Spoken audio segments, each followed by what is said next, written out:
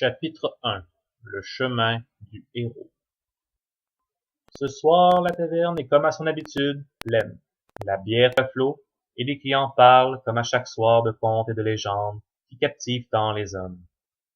Un vieil homme entre alors dans la taverne, trempé par l'orage, et vient s'asseoir près du feu. Les hommes retournent donc à leurs histoires captivantes, jusqu'à ce que le vieil homme décide de prendre la parole. Et de sa voix grave, il dit: De toute région, l'on raconte des histoires et des légendes de héros. Ils deviennent soit champions, tyrans ou filous, pour leurs actes héroïques ou pour leur tyrannie.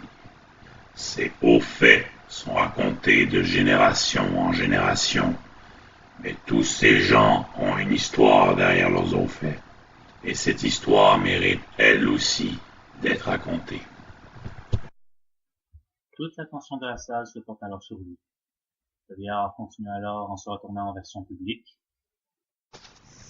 Ce soir, je vais vous raconter l'histoire du héros de Richgood. Le soleil se lève, et dans cette lueur matinale, un jeune elfe tout vêtu de vert, recouvert de sa cape, cachant partiellement son visage, regarda attentivement les braises de ce qui restait d'un feu de camp, jusqu'à ce que soudainement une voix familière l'interpella. Sir Dianwain, il est temps de se remettre en route. Oui, j'arrive.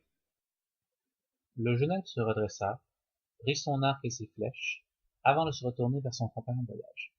Il s'agissait de l'un de sa race, entièrement vêtu de noir, portant une cape à capuchon et une dague à la ceinture, ainsi qu'un arc avec un carquois rempli de flèches. Serdien s'avança vers lui. Dans combien de temps atteindrons-nous la ville, Léowen? Avant midi. Nous devrons faire attention, il y a des gobelins qui patrouillent dans cette région. Serdien prit soin d'éteindre le feu, puis ensemble ils reprirent la route. Une brume épaisse recouvrait les terres du comté de la Fosse.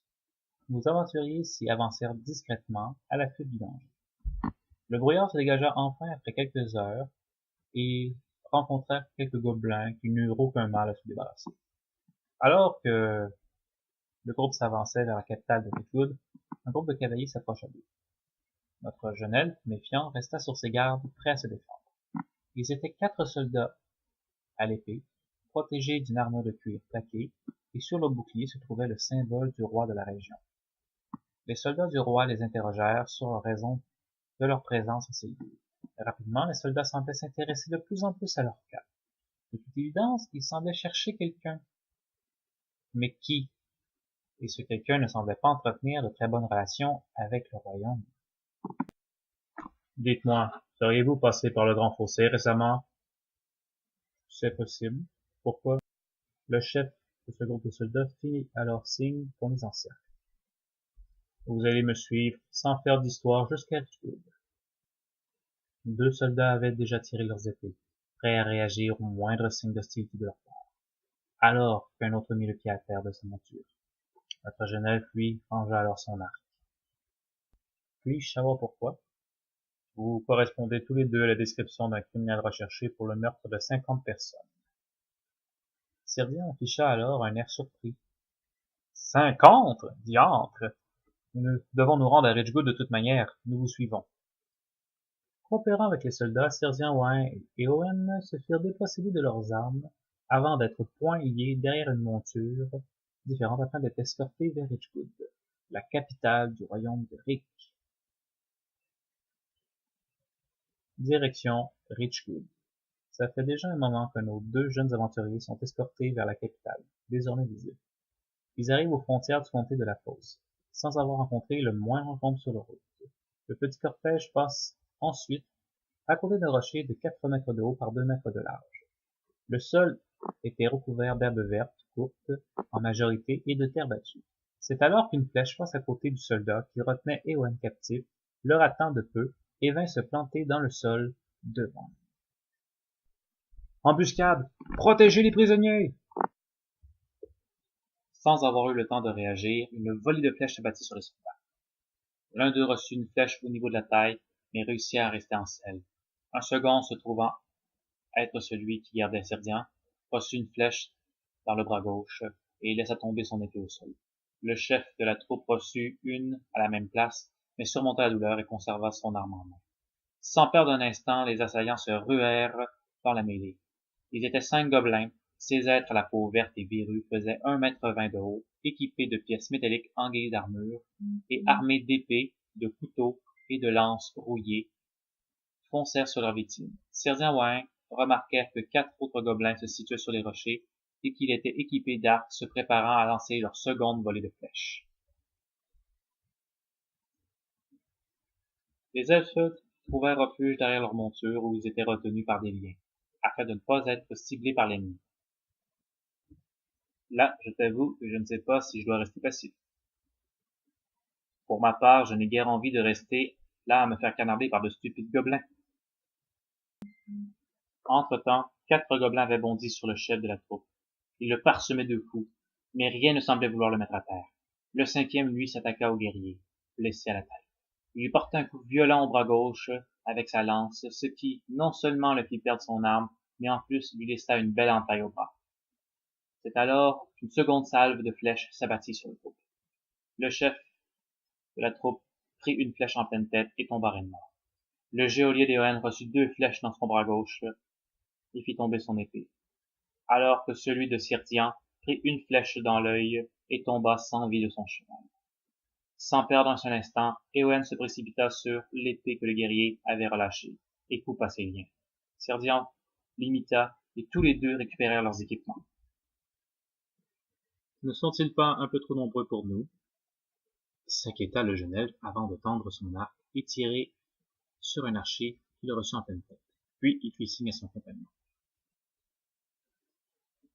Mort sur le coup, le gobelin tomba par derrière sur le rocher. Son ami bondit derrière une monture sans cavalier et lorsqu'il arriva sur son dos, prit les rênes du cheval et chargea pour éviter les tirs ennemis. Il tira à son tour avec son arc et transperça d'une flèche le dos du gobelin qui venait de transpercer le bras du soldat. L'ex-geôlier de Éowen descendit alors de sa monture, après avoir retiré les 2 flèches de mauvaise qualité de son bras gauche. Il ramassa son épée et pourfendit un des gobelins qui avait attaqué son chef. Les gobelins au sol ne perdirent pas de temps et attaquèrent de toutes parts le combattant qui s'en sortait relativement bien malgré ses blessures. Les archers ennemis concentrèrent leurs tirs sur le guerrier survivant. Une flèche transperça le bras gauche du soldat blessé et une autre dans l'abdomen qui le fit tomber. Puis évitant du même coup une autre flèche qui y aurait été fatale. Sir-Dian fit mouche en éliminant un autre archer. Son compagnon arriva en chargeant sur les gobelins au sol, les piétinant avec sa monture, ce qui causa la mort d'un ennemi, et renversa les autres. Puis dans sa course, il tira une autre flèche sur un archer qui tomba de son rocher et se fracassa le crâne au sol. Les 2 guerriers restants éliminèrent les derniers gobelins blessés au sol, alors que le dernier archer prit la fuite. Éowen le rattrapa avec sa monture et l'élimina avec un tir habile avant de retourner vers son compagnon. Après s'être assuré qu'il n'avait plus d'ennemis, Éowen brandit son arc alors qu'il se trouvait sur sa monture et s'écria « Victoire! Victoire! » Notre jeune aventurier porta alors secours aux combattants blessés, l'aidant à se relever. « Vous tiendrez jusqu'à la ville? » Puis il se retourna en direction de son compagnon et lui demanda son aide pour placer les corps des guerriers sur les chevaux. Les guerriers étaient surpris de voir que leurs prisonniers leur venaient en aide. Sir-Dian se retourna à nouveau vers eux en attendant une réponse de celui-ci. « Oui, mes blessures sont douloureuses mais aucunement mortelles. Je vais m'en sortir. Nous avons mal jugé. Vous n'êtes point des criminels.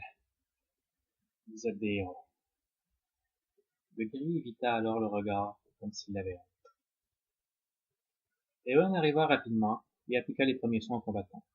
Ils attachèrent ensuite les corps des guerriers morts après une monture, avant de reprendre la route. Le groupe arriva rapidement devant une sorte d'avant-poste de pierre dont il ne restait plus que des ruines, où 4 soldats du roi s'y trouvaient. Sir-Dian s'empressa alors d'avertir la garde de la situation. Ils furent donc par la suite escortés jusqu'à la capitale, où aucun autre incident ne se produisit. Nos aventuriers arrivèrent enfin à la capitale. Cette cité, bâtie sur un plateau de pierre, à même une falaise escarpée, ce qui en rendait l'accès difficile. Seule une pente donnait accès à une herse pour y rentrer. Le tout entouré de grandes murailles en pierre, d'une hauteur de 10 mètres de haut sur 3 mètres d'épaisseur. Plusieurs gardes en patrouille sur ces murs et à l'entrée en assuraient la protection. Le jeune elfe expliqua rapidement aux gardes ce qui est arrivé aux soldats et rapidement il conduisit les blessés en un lieu propice pour les soigner. Les morts furent transportés, eux aussi, et nos jeunes aventuriers rendirent les montures aux gardes. Peu de temps après, nos deux elfes rencontrèrent Bran, le capitaine de la garde, qui avait eu vent de leurs actions. Le capitaine était un homme dans la trentaine, les cheveux bruns, mi-longs, avec une barbe fournie. Il portait une armure de cuir plaqué de la tête aux pieds. Une cape bleue arborait les couleurs de sa majesté, et portait à sa ceinture une bonne épée en acier et un petit sac de cuir. Je vous suis reconnaissant d'avoir sauvé mes hommes. Nous avons fait ce que nous avons pu. Quoi qu'il en soit, je vous en remercie. Tenez. Bran sortit une bourse en peau de cerf de son petit sac de cuir, et d'un geste de la main, lui envoya. Cerdinouin attrapa la bourse. Pour vous prouver ma gratitude, je vous offre cette bourse de 50 pièces de bronze. Faites-en bon usage. Il se retourna prêt à partir et rajouta. Ce soir, je serai à l'auberge de la Lame. Passez donc me voir, si cela vous en dit. Vous me raconterez plus en détail. Sur ce, je dois vous laisser. D'autres affaires m'appellent. Ainsi lui quitta-t-il. Nos jeunes héros rentrèrent dans la cité pour la première fois. Tout ceci était nouveau pour Serdian. La cité humaine était très différente de sa terre natale, dont son absence complète de verdure pour n'en citer qu'une. Cette ambiance rendrait Serdian inconfortable. Mais il décida tout de même d'en découvrir davantage sur cette cité. Déambulant un peu partout dans la ville, seul puisque son ami était parti à la boutique pour revendre certains objets. Cerdinouin emprunta un pont en pierre qui traversa un gouffre pour se rendre dans la partie sud de la ville. Sur ce pont, Serdian fit la rencontre d'un humain portant de beaux habits très colorés qui affichait cependant un visage mélancolique.